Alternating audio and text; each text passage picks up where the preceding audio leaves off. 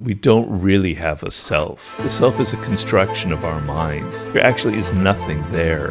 And that kind of emptiness, egolessness, is enlightenment. It's a beautiful feeling. One of the best-selling authors of the last 20 years, Robert Greene.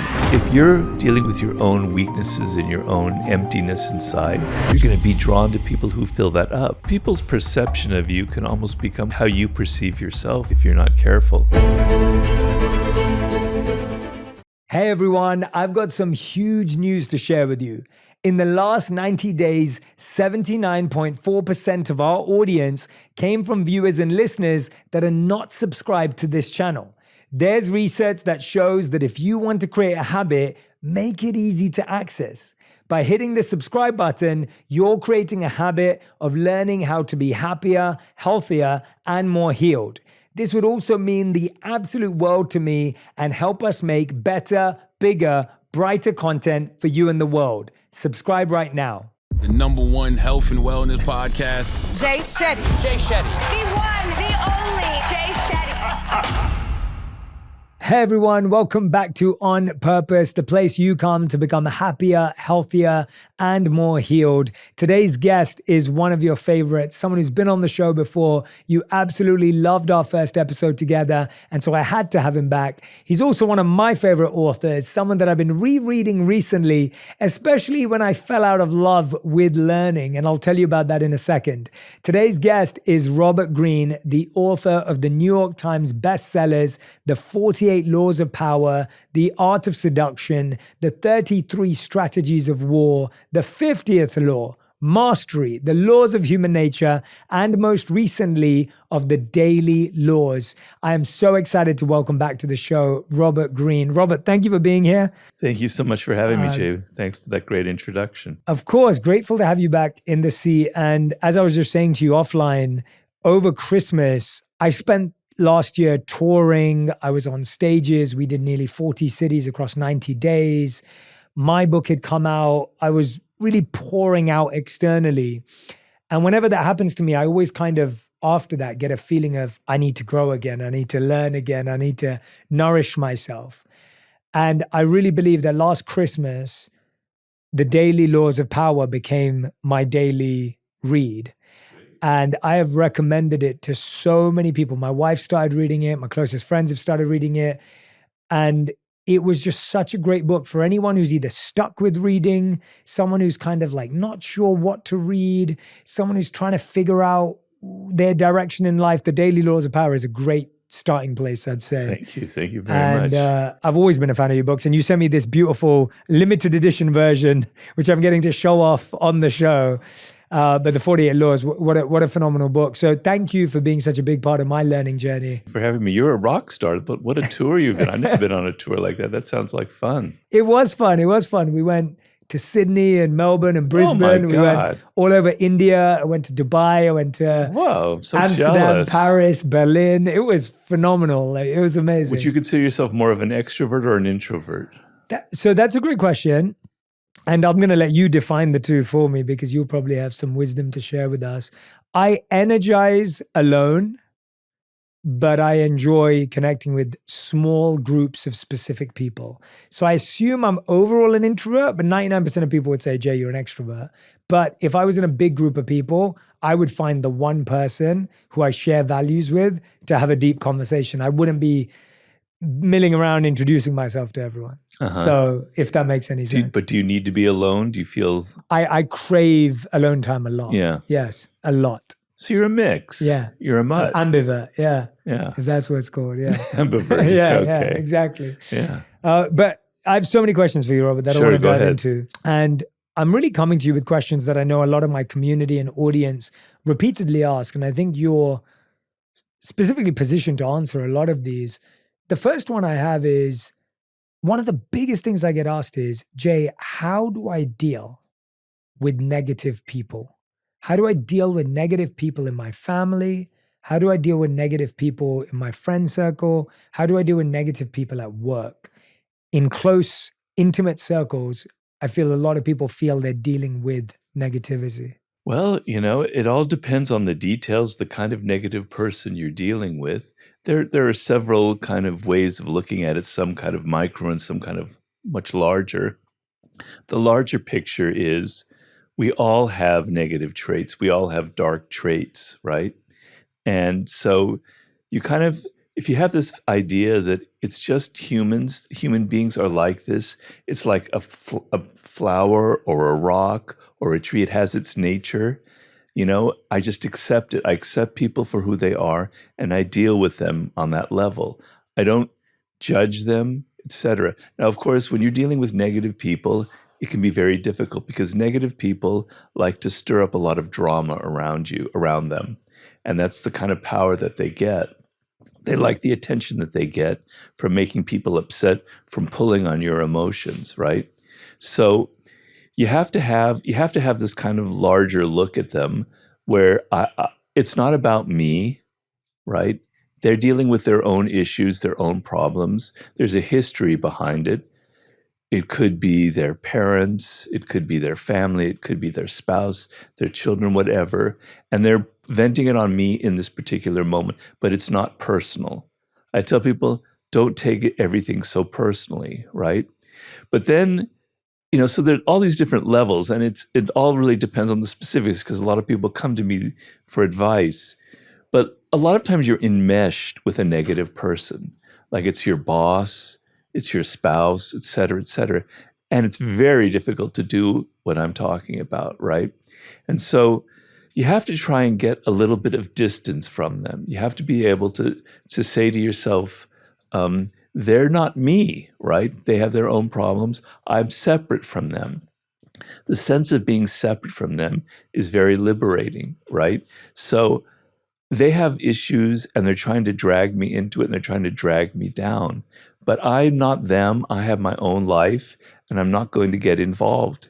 Sometimes you need to have empathy, but sometimes you need to shut that off.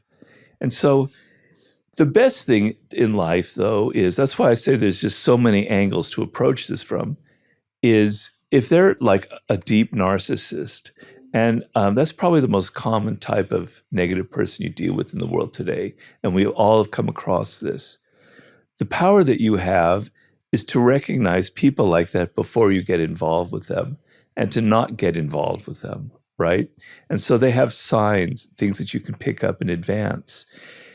People who are toxic, I don't know if we're going to say toxic and negative are the same here. They don't show it immediately. They're good at deceiving you. They can be very charming. They can be very dramatic. They pull you in with their great stories. Sometimes they're even charismatic. A lot of important CEOs in the world, people like Elon Musk, are raging narcissists. They appear very exciting and you want to get to know them. But you have to recognize that these are people that are probably going to use you, right? They don't see you as an individual. And the people you associate with, we're very, as humans, we're very open to the emotions of other people, right? And so the people you associate with have a huge role on who you are and the energy you have, your daily life, et cetera, et cetera. And so you have to be very, very careful who you let into your life, right? And God, Jay, I don't know. There's so many different angles to approach it from. No, that's really thoughtful. I tell people that don't judge people as far as who you're going to let into your life. Don't be deceived by the appearances. Don't judge people based on their intelligence, on their charm, on whether they're good or bad, etc. Judge them on their character, whether they have a weak or a strong character. What are some of the signals, the signs we can look out for? Because I think what you just said is so true that we naturally get attracted to people's appearance, intelligence, charisma, access, because we haven't really been trained to view character. Yeah. So I remember when I lived in the monastery, the highest quality or character trait that was considered the epitome of internal emotional evolution was humility. And so when you met someone who was humble and you met someone who didn't have false ego they were considered of high character. And we were trained in order to understand that. But in the modern world, that isn't how the material world works. We're almost attracted to people who can come off arrogant and showboaty. And even if we sense we don't like that, we still believe that person has power. And so what are things that we have to look out for? Well, also there are people who appear to be humble, but they're not really humble. Agreed. There's a lot of people now who feign humility because it's seen as a positive trait. Yes. So humans are born actors, and you have to kind of look behind the mask.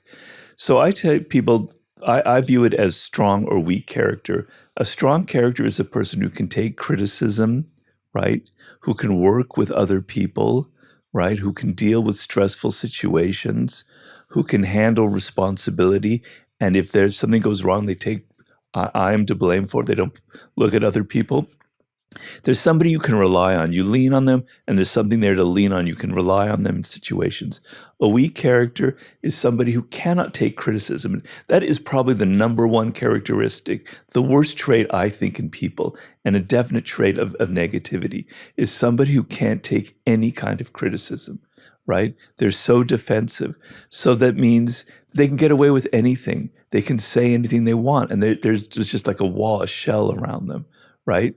So the ability in a work situation, in a relationship, to take criticism and be able to use it constructively is an incredibly useful and powerful trait to me that reveals strong character. How people handle stress is a really good sign of their character. So in a work situation, people are good at faking it and pretending that they're very strong. But when it gets really stressful and there's a lot of pressure on it, the mask falls off and they reveal that they can't handle it.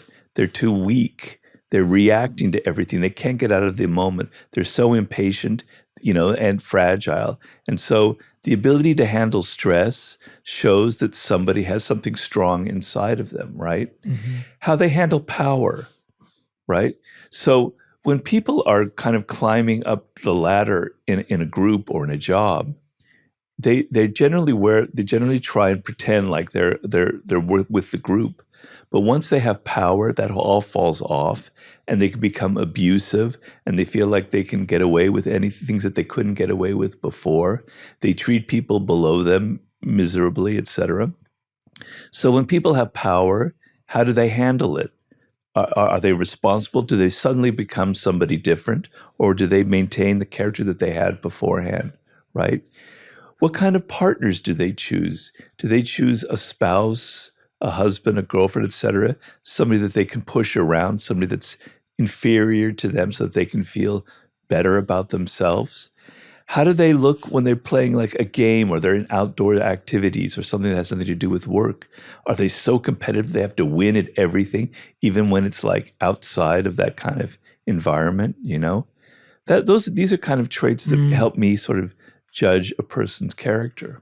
Yeah, and these are often the things that we either ignore or we actually let them kind of fall by the wayside or don't pay enough attention to them because we think, oh no, but they're so smart and they're so this. And I wonder how much of that is also like, what does that say about us that we often get attracted to the wrong things within people? What does that say about us? Does that make us a strong or weak character? I know that I tend to get involved with narcissistic people. It's a weakness of mine, right?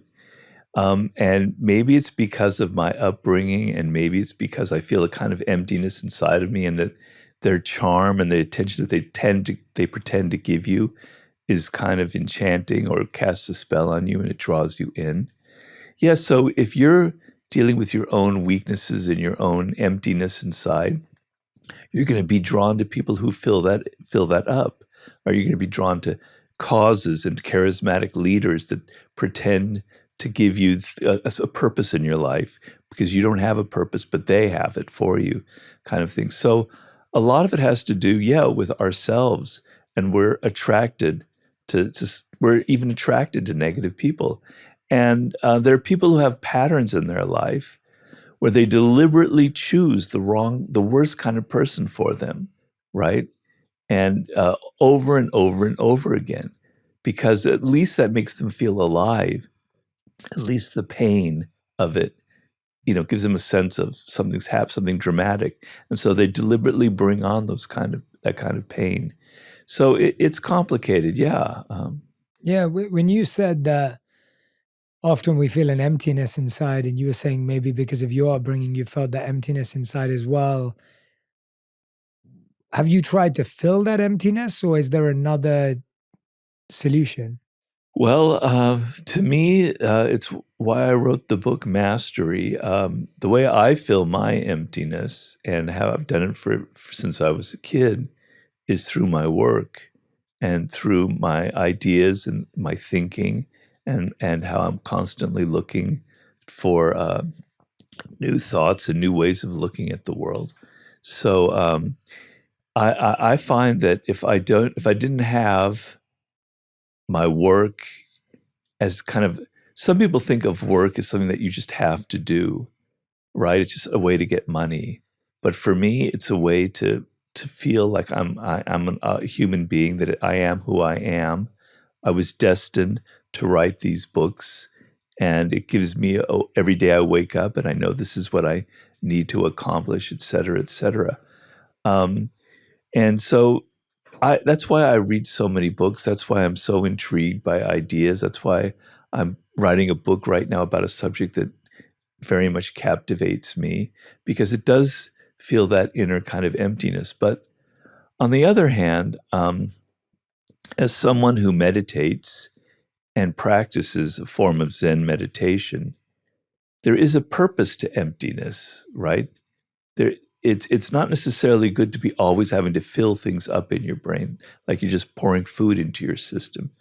There is something actually kind of intrinsically beautiful about the idea that there is emptiness, that I don't really have a self, that there is no such thing as a mind. Actually, it's an illusion that we create, right?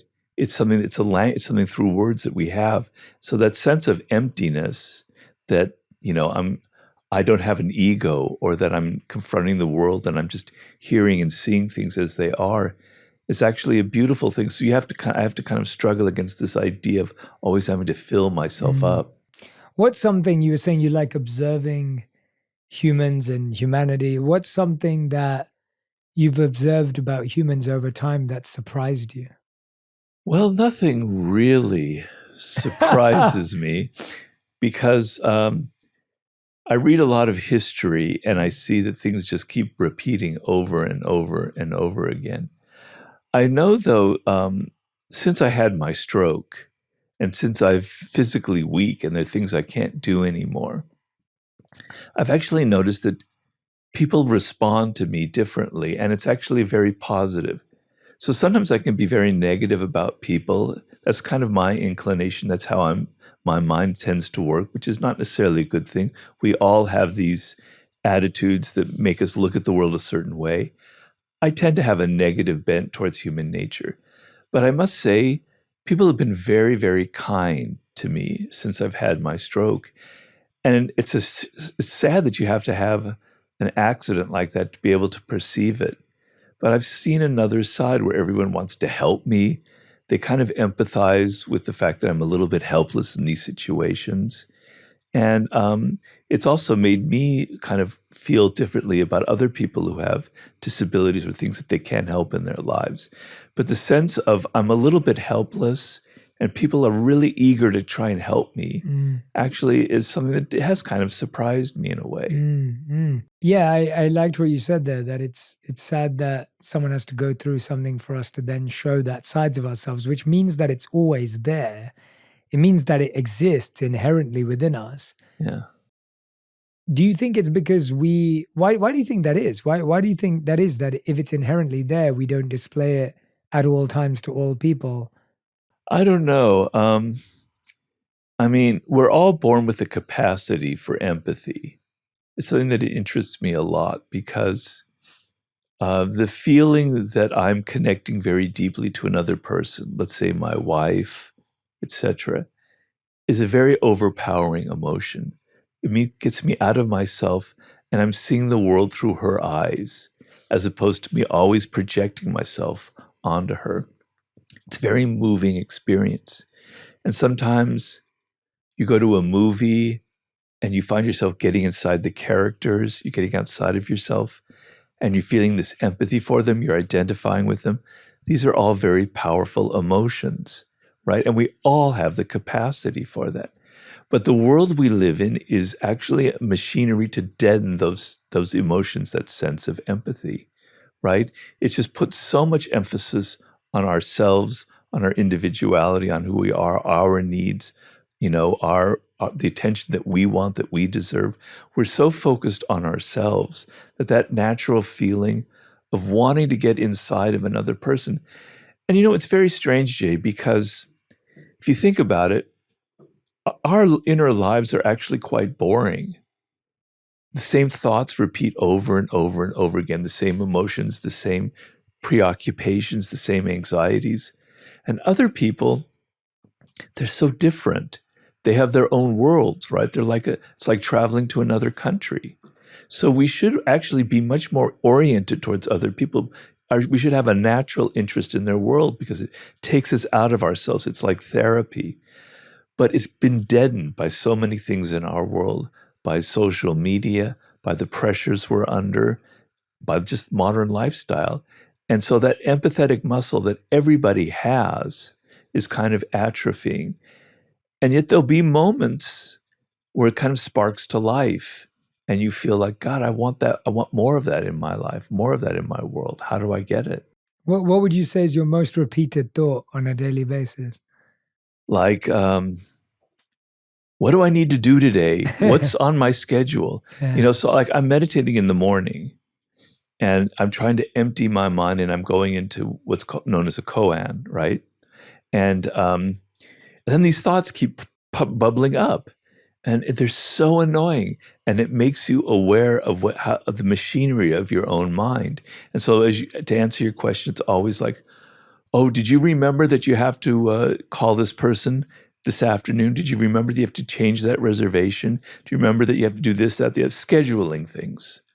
So unimportant, so trivial, where I'm trying to open my mind up to something vast and important. It's little things like scheduling and stuff like that. Then there'll be other thoughts that will be repeating, like if I saw a movie from it, images will keep popping up from that and such. It makes you aware that you're not in control of your own mind, right? How have you found over time with meditation and other practices, what have you used in order to start quietening, emptying, whatever the right word is for you, releasing those thoughts so that you can connect with the vastness, be creative or self-express? Wow, it's not easy and it's an ongoing process. And I could say I'm maybe 10% of the way where I'd like to be. But first of all, you recognize, you go through a thing where a thought pops up and it's like, why am I thinking about that? I don't like it. You realize that it's just a thought. And what is a thought? Now, I know we're getting really weird and metaphysical here. I like it. But it's not real. It's a phantom, right? It has no reality. Reality is your body, the present moment, the birds outside, the sky, where you are sitting, the fact that you're alive, that your blood is pumping. These are real. But that thought in your mind is a shadow. It's a phantom. It doesn't exist. It has no reality. And so I go through this process where don't engage with it. And it's really weird because then my mind plays tricks on me and it pulls up a thought that's definitely going to engage me, right? Because it wants that. It's like a sugar rush. And so I go, okay, no, I'm not going to engage with it.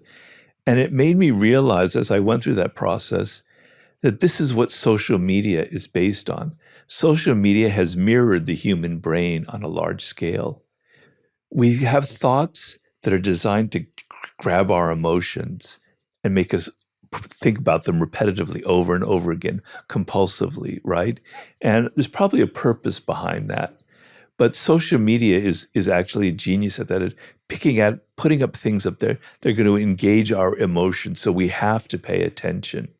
So I always try and, every time that happens, I withdraw and I say, it's just a thought. It's not real. It's not who I am. This is a very important part of meditation. Your thoughts are not who you are. They're a separate part of yourself. You are something different from your own thoughts. I don't know if that means anything to you. It does, definitely. And while we are not our thoughts and we are not our mind, our thoughts become our reality. Yeah. We find that a repetitive thought turns into a habit, that turns into a pattern, that turns into an action, becomes our reality. For example, I am a unorganized, lazy individual, usually translates into, oh, I forgot to send that. It didn't happen, because now it's a belief that's built up. And so it's so fascinating that something that's so not real becomes so real. And I've been really into seeing how thought editing is so useful as an activity and an exercise, because I've found so many of my thoughts become my beliefs that become my life. And I think a lot of people don't realize, because they don't realize that their thoughts are like clothes that you can change. We do believe that our thoughts are real and our reality, Right. and whatever we're hearing in our head is exactly what is. Right. And we don't realize that, oh, it's like looking in your wardrobe and saying, I don't like the color green anymore, I'm going to change it for blue. Right. It's as simple as that. Well, there was something I read recently in one of the Buddhist books that I like to read that said our minds are basically topsy-turvy. They're upside down. So the reality is we don't I mean, I don't want to get too deep into this, but we don't really have a self. The self is a construction of our minds. There actually is nothing there. And that kind of emptiness, that egolessness, is enlightenment. It's a beautiful feeling. And maybe in your life you've touched upon it briefly. I know I've touched upon it briefly. It's not the reality I have every day. But that's real. And what's not real are the thoughts. But everything is turned upside down in our worlds. And so these delusionary thoughts about people, about who I am, about my habits, etc., they become our reality when it's exactly the opposite. Right? You have to be able to be aware of that. And so, meditation is all about becoming aware of these things, because we walk around like automatons. I'm very into this writer named Gurdjieff. I don't know if you've ever heard of Gurdjieff. No, I haven't. He was he's basically from Armenia. He was in the beginning of the 20th century. He was this man who was very interested in mysticism, and he traveled throughout Asia trying to find the essence of all the different esoteric philosophies. And he created his own philosophy. And it's very interesting, very exciting stuff. He wrote a book called In Search of the Miraculous that I highly recommend people. And it's not woo-woo stuff. He was a very, very practical man. He puts it in very practical terms. But his idea is that we walk around asleep. We're on automatic pilot constantly. We're not really aware that we're breathing, that we're existing. We're not aware where our thoughts come from. We're not aware of how our body moves, et cetera, et cetera, et cetera. And so it's a process of slowly becoming aware of these kinds of things that is really I've been doing this 14, 15 years now, and it's really, really kind of changed the course of my life, I have to say. Yeah, I love that. And I can't wait to read that book now. And I couldn't agree more. I feel we're so disconnected from our mind and body that we constantly believe that someone outside of ourselves has the answer for how we feel. And while that may be true when you're seeing a doctor or a dentist or something of that professional nature, we don't really know how our body's been feeling for weeks or months until it crashes. And then we realize that we haven't paid enough attention to X or Y or Z, or a relationship in the same way has to end in order for us to realize that it had lost investment and energy or whatever it may be. And we're so far away from the self, or at least this version of the self, that we're not really aware. I love what you just said about the idea of how conscious are we of the fact that we're breathing, we're here, we're present, we're together, versus how much are we living up here. Yeah. And it's really interesting, isn't it? Because there's almost two realities that we're always dealing. And if we're getting too heady, I'm happy to move away from it. But it's almost like I've been thinking a lot about how, in one sense, what's out here is real, and in one sense, what here isn't. And at the same time, actually, what's going on here is the real, because it defines how I interact with everything else. And it can help me be a better filter, a better chooser, selector of the people I'm around and the places I visit. So you say you have to kind of use the mind to be able to become present. It's a process. I would say I'm alluding to that in discovery, not in pushing it, if that makes sense. Yeah, it makes sense to me. Yeah, I agree with that. Definitely. Yeah. I've been reflecting a lot recently about how most of what's happening is in the invisible world, and that's very interesting. Tell me more about that. So I was thinking that in one sense you have reality externally, the visible world, but how I make sense of that visible world is all in the invisible space. And ultimately, how I make sense of it is the reality that I experience, regardless of what's happening around me, which is why we realize that people we all are telling ourselves stories and narratives all day long, but how we're processing what we're experiencing is our reality, as opposed to the event or what someone said or social media, as you gave an example. Like, I can either sit here and say, like, I know that when I wake up in the morning and I start scrolling on social media, my mind is now moving 10 times, 100 times faster than if I don't do that. And I know that brushing my teeth and showering is a much more peaceful process if I haven't looked at my phone than if I do. Right. And so that choice is being made in the invisible world. And the visible world is simply something I'm interacting with and taking from or being affected by. Well, so we mostly live in amid things that are invisible. Yes. Right? Symbols, etc. Yes. Language is a symbol. It's not reality. And so things like government and social behavior, they're rules and codes that we abide by, but they're not visible. They're invisible, yes. right? Yeah, definitely. And we're not aware of that. And so we're trying to raise our awareness of the invisible world. I'm always trying to raise my awareness of, why do I process this way? Where does this come from? Where's this idea taking root? It's a very interesting process to go through. Yeah, it's hard. It's not clear. It's not like here's the step-by-step process. It's just something I've been engaging with a lot. Yeah. Yeah. I like to try and go through a thing where I question all of my beliefs and things of where does that come from? Why do I believe that? Why has that become something that's so hardened into my brain? I believe that about myself and who I am, about other people. I continually try to challenge it and look at what might be the source of it, and then maybe say it could be the opposite, right? And actually, it can lead to a lot of problems, because it's like my mind is always swimming, and I'm never really think anything is certain. I'm always, seeing the opposite side of it. But I think in the end, it's a very healthy process. How do you? I love where we're going, because it kind of comes back to your same point, your earlier point about how someone of strong character knows how to take criticism, which means they know how to deal with the opposite of what they think or feel. And so this idea that you're sharing now, that it's healthy to be able to question, to evaluate, to assess our beliefs and values.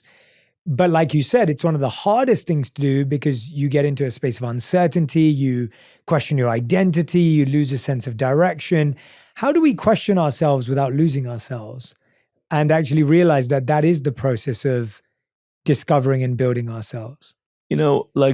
Who really are you in the end? What constitutes you, the essence of you? What were you meant to accomplish in this world, right? Your sense of purpose, to use the title of your show.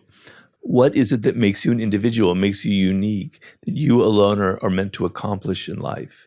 Well, it's not given. We don't know it. And a lot of people really, really struggle with trying to figure that out, right?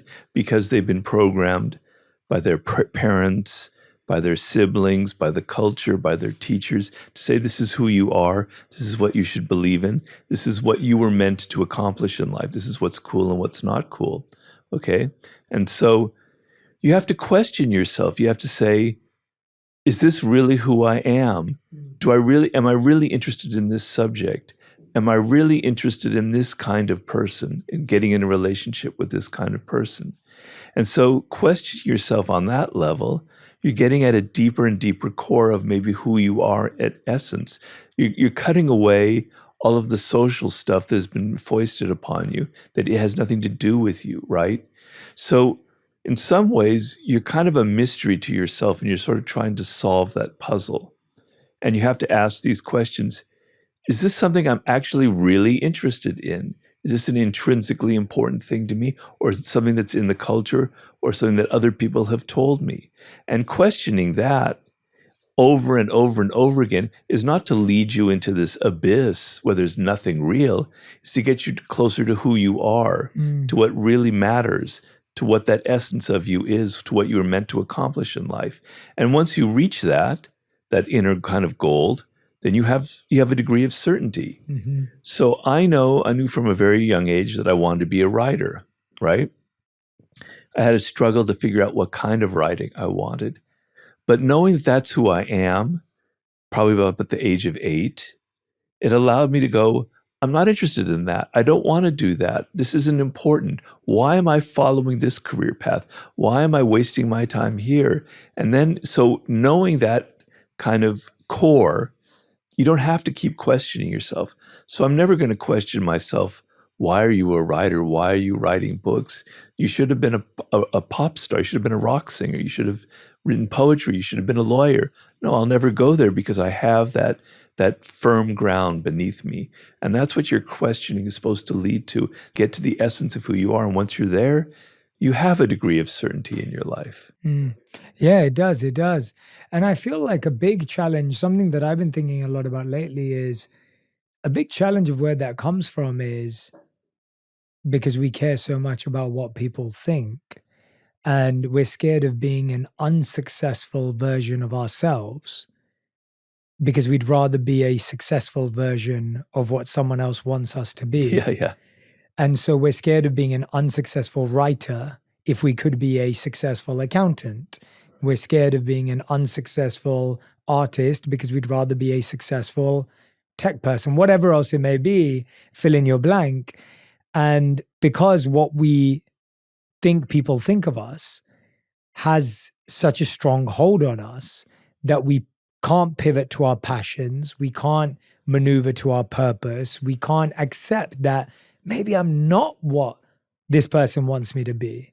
And I've been spending a lot of time in this to try and figure out, let's dive into it from different perspectives. But I guess, how much, Robert, do you care what people think of you, and how have you made sense of that over your time as someone who obviously writes that a lot of people enjoy your reading? People may disagree with you, they may agree with you, people, as you said, debate, discuss, but how have you made sense of that, and what's been your process of dealing with how you think people think about you?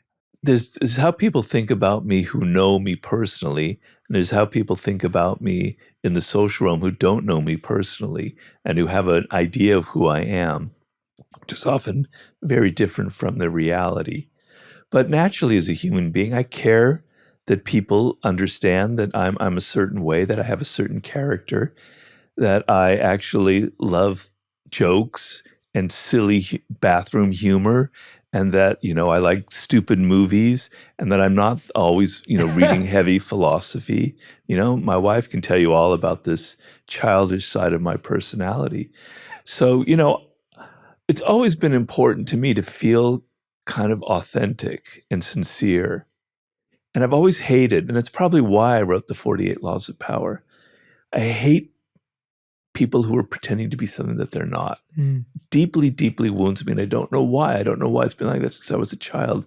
Maybe I suspected that in my parents, the kind of falseness that upsets me deeply. And so I wrote the 48 Laws of Power because I felt people are such hypocrites. They pretend that they're not interested in power, but that's all they're interested in, right? They wear this front like, oh, I just want to help people. I just want to make movies and culture and art. No, you're interested in power. So it's always been deeply important to me to kind of reveal what's really going on in someone and to sort of feel that way about myself. So when I don't feel like I'm myself, when I feel like I'm faking it, and sometimes, to be honest with you, Jay, being a kind of quote unquote self-help guru, it feels false. It doesn't feel like who I am. I feel like a bit of an imposter. It's not really what I wanted to be. Can relate to that. I just wanted to write books. I love ideas. I love thoughts. I love expanding my consciousness, right? So the feeling that I'm not being who I am and that other people are kind of glomming onto that is upsetting to me. Yeah. I don't know if I'm answering your Oh, question. no, that's resonating so deeply with me. I think it's so interesting, isn't it? How your self-perception is so different from people's projection onto you. And so I can identify with that. I do what I do because I'm just sharing what I love. Right. So I love meditation. I love wisdom books. I love traditions. I love ancient wisdom and modern science and seeing the parallels between the two. And I just love talking about that and sharing that. Yeah. And I don't think I've ever thought of myself as a guru or a guide or that kind of individual. But we in society, if someone shares or teaches or gives insight or advice, we box them or bucket them as that. So same as you, Right. We'd go in the same bucket, even though we kind of do similar things but very different things. And we probably have some similar interests and some different interests.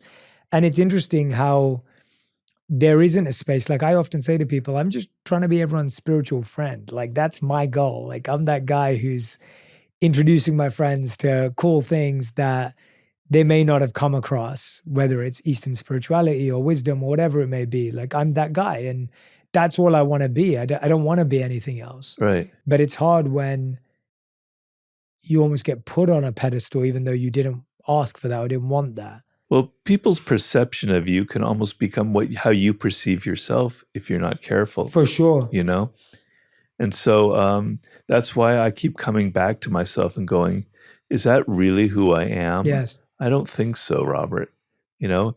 And also, I actually I'm a flawed individual. I'm a flawed human being. I have, blind spots in my nature. I have compulsions that I wish I didn't have. And I don't like this idea that people think I'm this powerful person who's figured everything out, because I'm not. That's why, I wrote the book, The Laws of Human Nature. It was because I understand that I shared these same flaws, that I have narcissistic tendencies, that I too can feel envy, that I have moments of grandiosity. So I'm not comfortable with the idea like that I'm this somebody that I'm not, that the perception of me is. But that's what happens to a lot of successful, famous people. They become trapped in what other people are thinking about them. They become trapped in that image. And I honestly think, I could be way off base, but I'm thinking of somebody like Anthony Bourdain, who committed suicide. I think he was burdened and weighed down so much by how people thought of himself, and it wasn't who he was. And it kind of made him feel deeply uncomfortable. Now, I'm sure there were many other issues going on, but a lot of times it can make you uncomfortable in your own skin, the way people perceive you, and it can lead to deep feelings of depression and a loss of who you are. Yeah, absolutely. I mean, could write a new book called The Flaws of Human Nature. It's like, thank you. It's well, that's what the book is. Yeah, really. yeah. It's the 18 dark corners of human nature. But yeah, that's a good idea. Yeah, it's just a thought of like, it is true. There's a seeking of perfection, and there's a sense that we've created in the world of before and after, in the sense that if you look at like a workout program, and there's nothing wrong with this because it makes sense, but there's a before picture and there's an after picture. And if someone's wealthy, it's like they were poor and now they're rich, and everything's a linear before and after journey. And what we're talking about, and I fully agree with you on this, is that actually all of my challenges are cyclical and they're different. So it's not that I never feel envy anymore. It's that I feel it differently to how I felt it 10 years ago. And hopefully I'm a bit better at dealing with it and understanding it and engaging with it than I was 10 years ago, but it's not that it doesn't affect me anymore. Right. And same with spiraling thoughts. It's not that I don't have anxious or negative thoughts anymore because I'm enlightened. I still have those thoughts. I just deal with them better than I did 10 years ago. And I probably have more tools to help me engage with them. That's true. That's very, And I think that cyclical nature is a wonderful thing to accept as an individual and as someone who's learning, because you then don't fool yourself to think, oh, there will be one day where I will no longer have a negative or anxious thought like Jay and Robert. Like, they probably never have it. It's like, well, yeah, you probably have less, but it's not that I never have them. Exactly. Right? Yeah. Yeah. And so that kind of idea of this before and after, I think, is what confuses so many people, because it feels like, oh, there is a point at which I never have to go back to being this version of myself. Well, that life isn't like that. It's weird sometimes because before the 48 Laws of Power came out, I was just this nobody living in a one-bedroom apartment in Santa Monica, rent controlled, never really made any money, never really had any success in life. And I was constantly giving people advice, but nobody would listen to me because I hadn't written the book.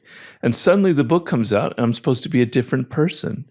It's very strange. But I'm actually the same person that I was when I was living in that miserable one-bedroom apartment, and giving out my advice that nobody listened to. Now people listen to it. But the only difference is because suddenly I have this credential, which is very strange. Yeah, I can relate to that in so many ways. I used to be mentoring, coaching people in my community. I would do these little events in London 10, 11 years ago now, where like 5 people would show up and it was, I was just doing it. I would speak at universities for free for years. Like it's been such a big part of my life to just do this. I've always wanted to be someone who's learning and sharing. That's what I enjoy. I enjoy learning and I enjoy sharing. And I enjoy synthesizing and making things simple and practical for other people. That's what I get my joy from. And I was always inspired by 2 quotes. One is Ivan Pavlov, where he said, if you want a new idea, read an old book. And so that's always been something that my work has been inspired by. It's always based on ideas that seem timeless, but they're and old. Very beautiful, yeah. Yeah, and then there's another thought from Einstein, which is another part of what inspires my work, which is if you can't explain something simply, you don't understand it well enough. And so these were the 2 kind of tenets that what I enjoyed doing in the world. And again, I don't think they're magnificent, miraculous, or brilliant. They're just what I'm meant to do. And there's such a beautiful significance and insignificance in that very understanding. Like, it's really significant building because I'm like, I know what I have to do. And it's really insignificant because I'm like, it's just what I have to do. It's not the best or the worst, or it's not comparative. Right. And I think that's how, when you're talking in the daily laws of power, that's kind of how, in different words, how you describe like your life's, your life's gift, your life's work, your life's path. I've always liked old books myself. So, I read a lot of books of philosophy, etc., history, but I also read books of famous Zen classics. The 20th century books, I'm not so sure, but I'd read like something from the 11th century where the thought process is so different, but it's timeless, it's human. Man, it is so beautiful. It so sparks these ideas that he, or this writer, this thinker, was dealing with the same things now, 1,000 years later. But they still strike a truth, but it's in this language that's very weird and primitive and barbaric. I don't know why that excites me so much. It's the same idea that a modern writer might write, but put in the words of somebody 1,000 years ago, it suddenly touches me. Yeah. Can you explain that, Jay? I mean, I don't know if I can, apart from the fact that you've reincarnated and you had some connection to it, but can I explain it? I can't explain it, but I can reflect on it. I mean, I find that there's a part of it that writer or creator may never have known if anyone would ever read it. Yeah. And so that privacy and that secrecy and that intimacy with their work, not knowing that it would ever be viewed, seen, read, broadcasted, that has some power to it. Yeah, I yeah. feel. There's a humility to that. Whereas now people write, we're expecting all these people to be reading it. We do it for the attention. Yeah. It was much different back then. Yeah, that's very interesting. I never thought of that. Yeah, I've definitely found that I try and sit with ideas for longer now and try and kind of, I'd love to know your process for that. How have you managed that since that moment of where you became quote unquote successful because externally, because of 48 Laws? How did that change your creative process? How did you hold on to the roots of this kind of thinking? So after the 48 Laws of Power came out and it was successful, I was at a turning point in my life. And it's a turning point that a lot of people I think have faced was, do I just continue redoing the 48 Laws of Power? It was successful. It worked well. Why don't I just write the 48 Laws of Power Part 2? It'll bring in money. It'll bring in attention. I'll just riff off what I wrote there. And something about me was not comfortable with that. It seemed cheap. It seemed easy. And it seemed lazy. And I know myself that if I'm not challenged by something different, I grow bored. So I have to write something that feels like there's energy behind it. There's anger. There's love. There's something powerful behind it. I have to feel it or it won't be in the words. So if I'm just doing the 48 Laws of Power Part 2, it won't be there. It'll have an emptiness. And damn it, a lot of artists and writers fall into that trap, and it's why their books kind of have this sort of hollow ring to them, right? They're just going through the motions, just repeating what worked before. And I can't stand that feeling. I have to feel like I'm off into a new land with this new book. So each book has to represent a challenge, right? And so the one I'm writing now is completely different from all 7 of the other books. And it's an incredible challenge, but it makes me excited about every day because I know I cannot repeat the same kind of books over and over and over again. My soul becomes dead and I have to feel alive with each project. Am I answering your question? I keep feeling like I'm not answering you your are. question. You're totally Okay. answering my question. I'm loving these personal answers. No, I can resonate very deeply with that as well. I always try and write about something that I'm working through or struggling with, whether it's personal, whether it's with clients, whether it's with someone in my life, friends, family. Like it feels alive. It needs to feel alive. Yeah. I can't write from a point of theory or knowing. Yeah. Like the book has to be a discovery. Exactly. And I've only just started my journey. I've only written 2 books, but as I'm hearing you, I'm happy that I feel that I'm thinking about it in a healthy way. Yeah. Because I was about to write my 3rd book, and the topic everyone wanted was so predictable and expected, and it made sense. And I was like, I don't want to write about something that makes sense. Like that's boring. Like it's like I want to write about something that feels like alive in my life and electric and makes me, I'm like, now that I've chosen, and I will tell this to you later, but I've chosen my next topic and I've just been like writing notes about it. I'm reading about it. I'm seeing connections everywhere. Well, that means it's going to be a great book. Yeah, it feels, I mean, it's harder. It's harder because you don't know. So you're spending more time, like we said earlier, you're spending more time with emptiness because there's a sense of, well, I don't know which direction this book's going to go in. Yeah. So it's that comfortable with discomfort and uncertainty. Yeah. But there's a joy in that. Yeah, very much so. Yeah. When you're discovering your process through a book or work, how have you learned to become comfortable in the discomfort of creativity, in that like you don't know where the path's going to take you, don't know if it's going to land or not, you don't know if it, like how are you grappling with that process of what we're discussing?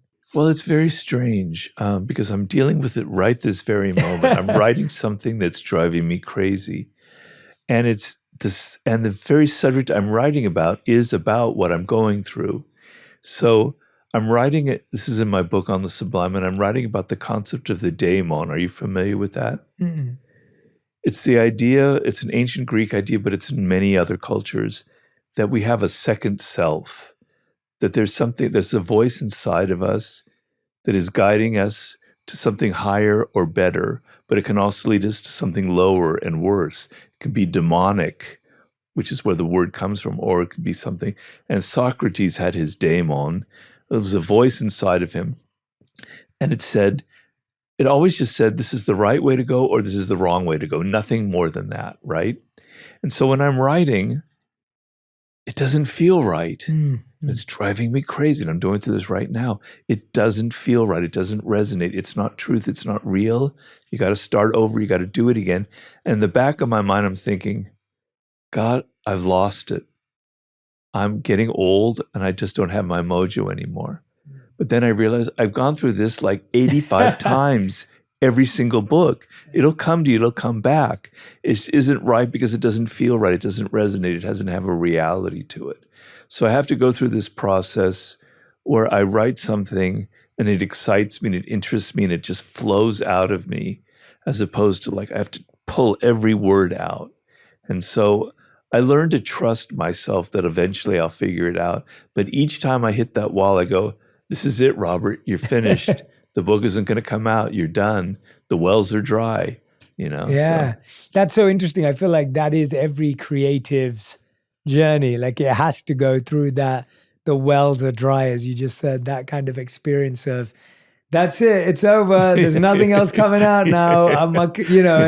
And it's almost like as we know, like the cliche of like, it's on the other side of that feeling. Yeah. But it's true. There is a sense of when everything is just not making sense. How have you learned to sense whether something feels true to you? Because it obviously felt true to someone. How do you decipher between, oh, this feels true, it feels real to me, even if people don't agree with it? Because it just feels that way. It's purely just a feeling. First of all, it like, I'm always trying to get at what's real and not at what's theoretical. I have a real dislike of abstraction for its own sake, right? It feels like it's a way of eluding something. It's an evasion.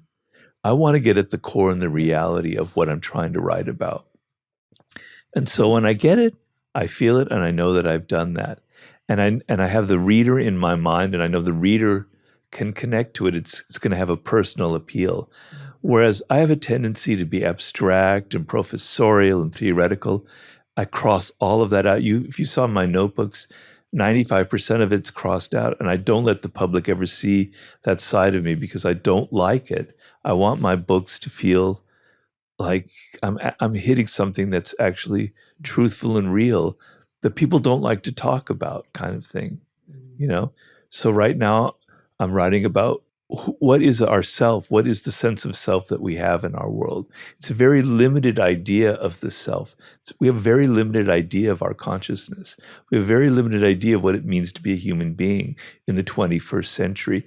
We're actually much more immense and much more interesting than we think we are. We have these possibilities, these connections, because we're a part of something incredibly vast. And to have consciousness is absolutely an astounding thing, right? So I want to sort of expand what you, the reader, thinks of who you are, what your self is. It's much larger than you imagine. But I have to convey that in language that feels right to me, that feels authentic, that feels like everybody in Africa, in China, in India, in Idaho is going to be able to relate to it, you know? Yeah, no, for sure. And I think that's what I was alluding to with that invisible world point of like how that's what we don't see. Like there's so much to ourselves that we don't see, that we're fully unaware of, that we don't realize we have access to. Right. And yeah, finding the right terminology, I find to be such there's one word that I love, which is a bit more ethereal, but I guess an astronomer could find some beauty in it. But there's a term in the Vedic literatures called Antarakash, which means inner sky. Say it again. Antarakash. Antar means Antarakash. Inner, and Akash means sky. Inner sky? Yeah, inner sky. Beautiful. And it's this idea of how, we're so fascinated by outer space, but there's that same inner sky that exists. So just that, like the galaxy and the planetary systems and everything else, that exists internally too. Oh, I have to. But there has to be just as we have to go and do space exploration, Yeah. you could do the same internally. Oh, for sure. And you discover so much. That's exactly what I'm writing about. That's very interesting. Yeah. And it's fascinating. And so, I find language as well. I find vocabulary so needed. And I feel like I grew up with a smart vocabulary, but not the biggest. And I feel reading, of course, expands that. And especially when you read history and other books. And I found that it's language is just so powerful. And I worry that social media exposes us to such limited language that the brain and the mind and the consciousness doesn't have the opportunity to be expansive because the words don't allow for it. If we're all reading the same memes and the same trends and the same hashtags, and it kind of just creates this very, very limited space of consciousness. Well, that's why I like looking at other languages. I speak several other languages, and I'm constantly learning them. And right now I'm reading a lot about an African culture called the Akan in West Africa, in Ghana. And their concepts of the soul, the spirit, and the body. And they have a word in there called Sun Sum. And we translate it to spirit. But then I'm reading the African philosophers who actually know that word, and they go, it's not the same as the word spirit. And then they go on and describe it. And that one word contains all of these other worlds that are so weird and interesting that the word spirit in English does not convey, right?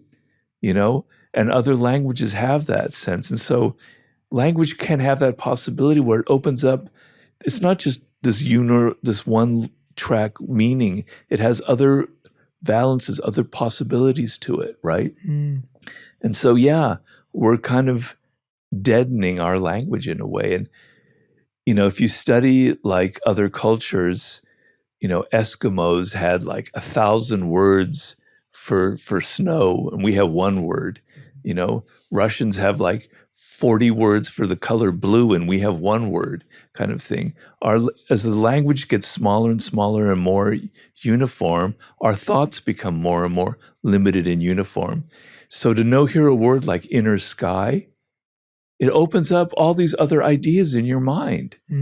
Whereas we don't have a word like that in English, And then because I'm doing things with Zen, Japanese language is so rich with things that we can't possibly even begin to express in English, So, yeah. What have been other ways of people opening up their minds? This has been one of my favorite things to do. I remember reading a quote from Robin Sharma years ago that said, ordinary people have big TVs, extraordinary people have big libraries. and it was one of those, little dreams I had. That I was like, one day I have a home, I'm going to have a big library. And that was one of my most favorite things to kind of put together when I moved here. And I started spending more time when I would travel, I've always collected books. And I started also expanding my audio library. I realized when I was growing up, we listened to a very limited form of music in my home. And even as I was growing up as a teenager, I listened to like one genre of music. What was that? Rap and hip hop. Like that was, and again, I love rap and hip hop. I love rap and hip hop history. It's super cool. I have no issues with it. I just think that my audio library was so limited in my teens that now that I'm in my 30s, I'm trying to listen to so many random different things, which again inspire different thoughts, different feelings, different emotions. And so I've realized that vocabulary was one thing. Audio has been another thing. What are other things that you've discovered that help open up that consciousness in mind? Because as we both keep referring to, social media technology is almost making us more limited, more singular, more one-dimensional. Well, as I said, it's something I'm writing about right now. So music and the audible stuff is very, very interesting and very exciting. So there's this new phenomenon where musicologists have been able to recreate music from eras that we never could listen to before. So I was writing at one point about a festival in ancient Greece, and to put me in the mood, I wanted to hear ancient Greek music. Well, that doesn't exist. I mean, there are no recordings of it, but sure enough, there are. And the rhythms and the sound is so weird and alien that music captures the spirit of a time, right? So if we're only hearing these same melodies, you hear cars going by with that same kind of pop song, it's such a limited circle of harmony, such a limited circle of what music can be. But when you open up to African music, to music from ancient Babylonia, to Greece, to music in South America, other rhythms, other poetry in music and sounds. It's mind-blowing. It's interesting. So that's what I'm saying, that the human animal is much more interesting than we think it is. Reading about ancient cultures is a very mind-expansive project you can go on. Are there any books you'd recommend in that regard? You know what's so exciting now is they have these books called The Daily Life in Ancient Babylonia, The Daily Life in, I forget which city in India, The Daily Life in Ancient Greece, etc. And you get a feel for not just the grand philosophical issues, but how people ate, what their houses were like. And so I just wrote a chapter about our relationship to time and history. And I was trying to take the reader in my new book, I'm giving them exercises. And I'm saying, try to imagine yourself in a world 1,000 years ago, and you walk out your front door. There's no mechanical sounds. There's no airplanes. There's no cars. There's no machines. It's just birds. Maybe a saw and a hammer is the most you're going to hear. That's a strange thing. There are no signs. There are no advertisements. There's no words everywhere. It's kind of empty, right? You're just wandering around. There are all these kind of rancid, weird, horrible smells because people aren't bathing. But they're very human smells, right? Your whole sensory experience is on another level. But when you live in this 21st century world where things are so sanitized, where we don't smell these things, we only hear these packaged mechanical sounds, your sensory world is shrinking down and down and down. And you realize, ancient world, they had some bad stuff. They weren't very good. They had slavery. I understand all of the negatives, so I'm not painting this portrait. But on another level, their realm of senses, their realm of language, their internal worlds were far richer than ours.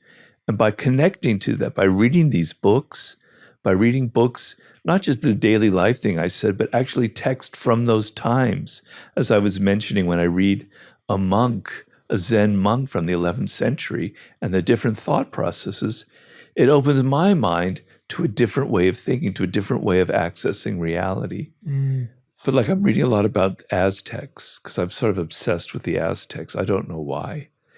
And they had these amazing spectacles. That was the thing about the ancient world, these festivals and spectacles that are far beyond Burning Man or any rock concert, right? I could describe the fire ceremony in Aztec culture that only occurred every 70 years. There is nothing you can ever imagine in your life that would be like that. It is so utterly spectacular. And so I have this 800-page book called Aztec Philosophy. And it's very theoretical, but God, it gives you an entree into a totally different way of thinking about the world, right? Where they have these metaphors that the universe has this energy. Some of the energy is like string that's being wound around in a certain way. It's like weaving, like other things like that, this kind of energy that the world has. Wow, this is fascinating. Our ancestors were actually thinking, but they're not they're us. It's a human being. We're all human. We all have those same kind of consciousness. Yeah. I love also finding things in cultures that match, but are in different languages. And so, like what? So I went to Hawaii a few years ago, which obviously for someone who grew up in London, it's not normal. People in America or LA travel to Hawaii fairly often. I went to Hawaii and, well, not often, it's more accessible, but I went recently and my wife and I went on one of the tours there and they showed us the petroglyphs, which are there obviously like markings and storytelling technique and tool. And they were showing us how when a child is born, they used to place the umbilical cord on the ground and they would then draw a spiral around it. And that would be seen as a place that the child could always come back to feel the energy and reconnect with the earth. How exciting. And I was thinking, that's spectacular. I wish everyone felt disconnected to the earth. And then we would go out every morning on a canoe. I forget their name for it, but they had their version for it. And they would pay respects to the sun and the ocean. And we would take part in this ceremony with them. And in India, there's something known as Surya Namaskar, which it translates to sun salutation. Sure. Which again, I've talked to Andrew Huberman about this. It's like kicking off the circadian rhythm, but the goal is you pay your respects to the sun for everything it offers to you and the energy that it provides. And so to see that in Hawaiian culture, Indian culture, and then I was in Bhutan recently. I went on a trip to Bhutan, which I'd always wanted to visit.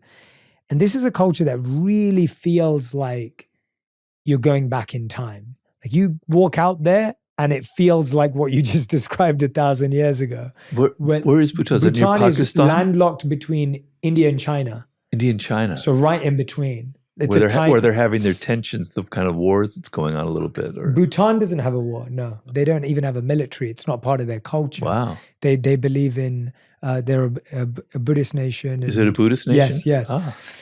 And their practices are very protected. Their culture is very protected. Like everyone generally still wears the cultural dress. How exciting. It was spectacular.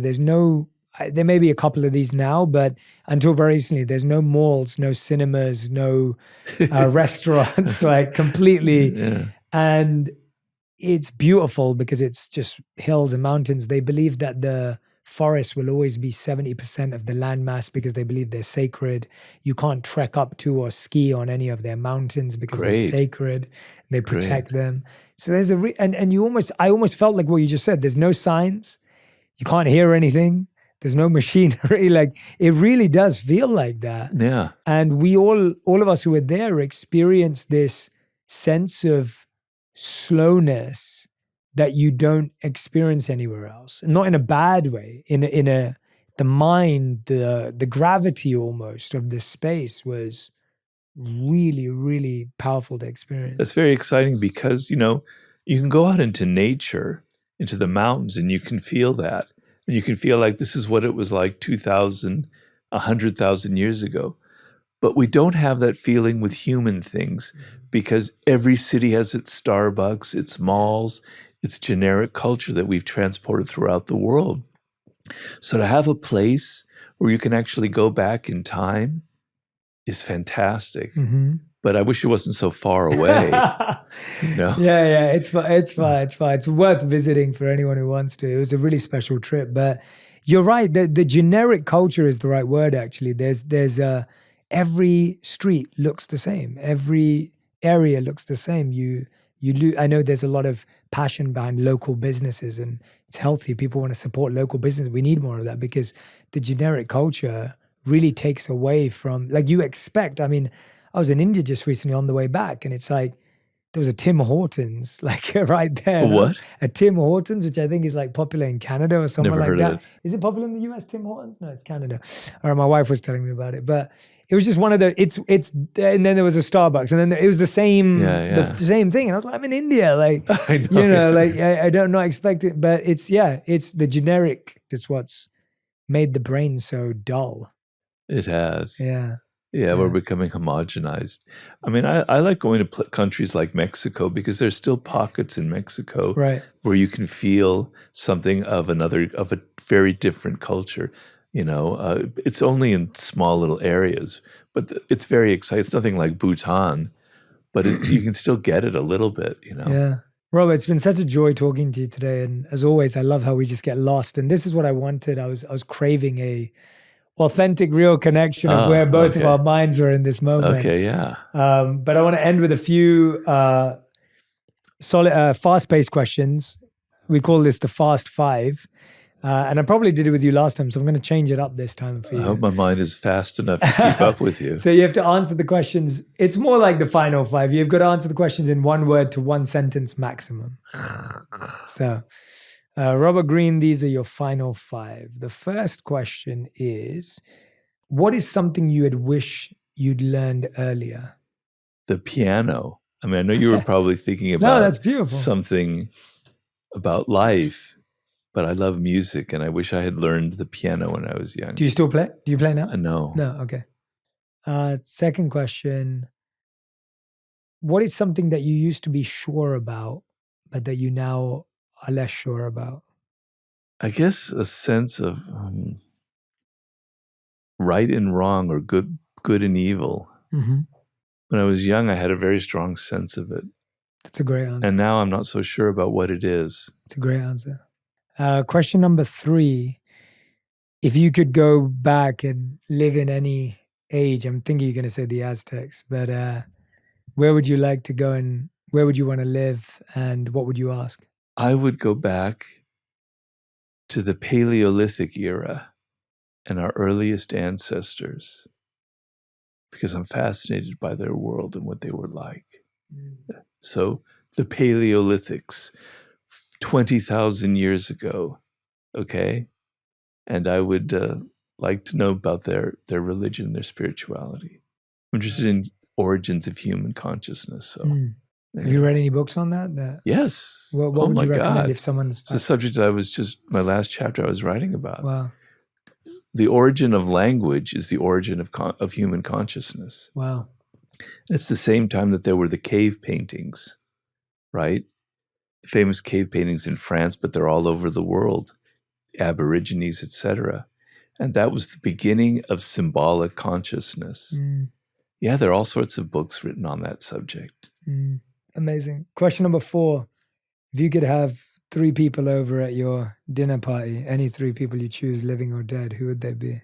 One would be Friedrich Nietzsche, because I'm reading a biography of his right now that's unbelievable. The other would be Buddha. Why not? And then the other would be, it's a very odd mix of people, so I don't know if they're going to get along. That's a good pie, though, isn't it? Yeah, I'd say, okay, maybe Socrates. Okay. And let the fur fly. 5th and final question, Robert. I find these stressful. They are stressful. Something you're trying to learn right now. To be more forgiving about myself, because I'm extremely unforgiving. With yourself? Yeah, not easy. It's not been my life pattern. Where did the pursuit begin and why is it a worthy pursuit? Well, I think because of my upbringing, I always had a feeling of never good enough. I'm never smart enough. I'm not doing enough. I'm not a good enough person. And I internalized that. And so it's probably partially led to my stroke, probably makes me drive myself too hard. And so sometimes I just have to be more forgiving. So instead of thinking, God, I'm never going to write anymore, the well is dry, the forgiving aspect is, Robert, you're tired, you're exhausted, you're doing fine, it's going to come. It will come. Just trust it. So it's kind of like, being indulgent towards yourself. I can be indulgent towards other people, but I can't be indulgent towards myself. So just learning to forgive myself for not being perfect and for not getting exactly what I want in life. That's the hardest thing for me. That's beautiful. It'd be very good for my health if I could ever get there. That's beautiful. Thank you, Robert. You're welcome. Everyone, Robert Greene, I hope you enjoyed this episode of me and Robert truly just having a genuine, passionate conversation about things we love. Please share on TikTok, on X, on Instagram, on Facebook, whatever platform you use, in the YouTube comment section, what resonated with you, what books you're going to read, what you connected with, maybe some of the creatives out there who want to shift the way they think, or whether you got some great insights on what are strong and weak character points. I want to know what hit you, what resonate with you. And thank you so much for listening and watching. And thank you again, Robert, for your time. Thank you so much for your presence and energy. So grateful. As usual, I really enjoyed it. Thank you. That means a lot. Yeah, we go on for hours. I know, truly. If you love this episode, you'll love my interview with Dr. Gabor Mate on understanding your trauma and how to heal emotional wounds to start moving on from the past. Everything in nature grows only where it's vulnerable. So a tree doesn't grow where it's hard and thick, does it? It grows where it's soft and green and vulnerable.